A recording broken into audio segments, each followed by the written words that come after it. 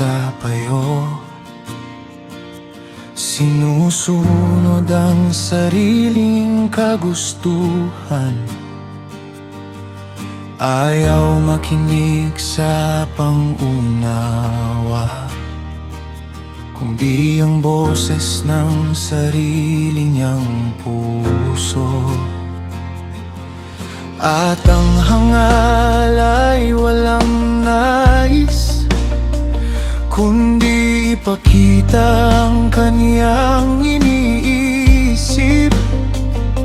Sa mata mo, Diyos, kita mo ang lahat. Ang puso naming laging lumilihis.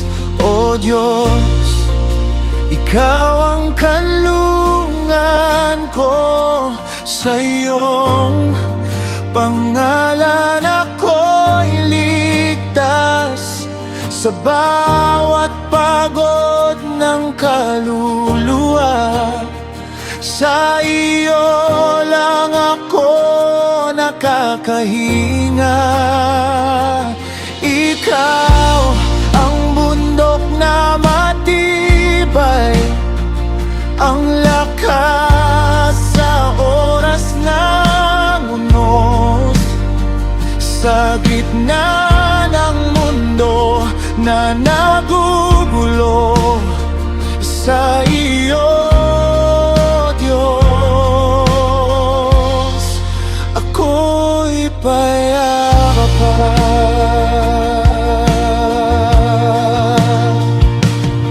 Dumarating ang kahihiyan sa palalo, at kasunod nito'y paghamak na mabigat. Ang salita ng bibig ay parang malalim na tubig, at ang puso ng pantas ay bukal ng liwanag. Hindi tama ang pumanig sa masama, niiligaw ang taong matuwid. Diyos, Ikaw ang sukatan ng katarungan. Ikaw ang nagpapantay ng aming isip.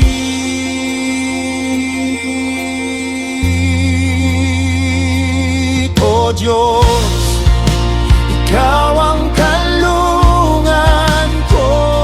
Sa iyong pangalan ako'y ligtas.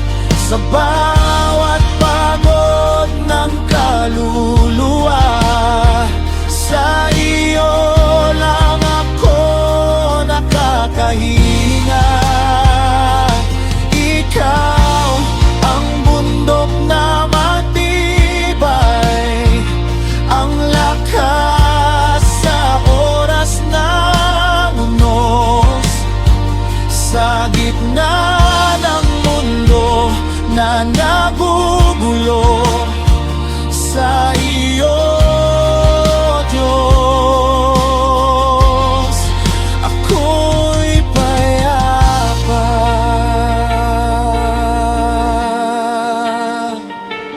Ang salita ng mangmang ay pag-aaway,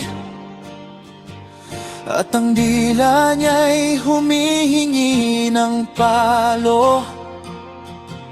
Ang bibig niya'y nagbubukas ng bitag, at nahuhulog siya sa sarili niyang salo.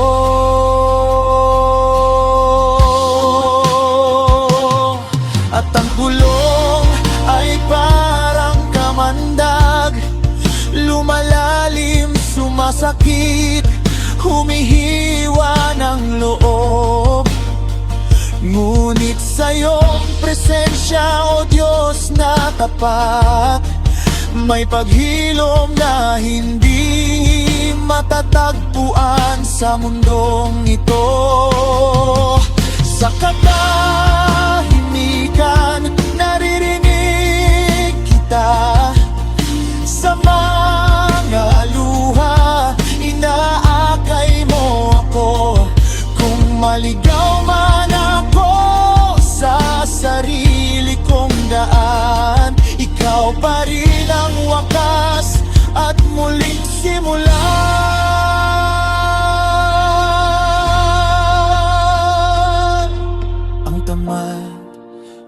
pagsisira ng sarili. Parang pinto ang maluwag ang bisagra, ngunit ang pangalan mo'y matibay na tore. Takbuhan ng matuwid at sila'y ligtas.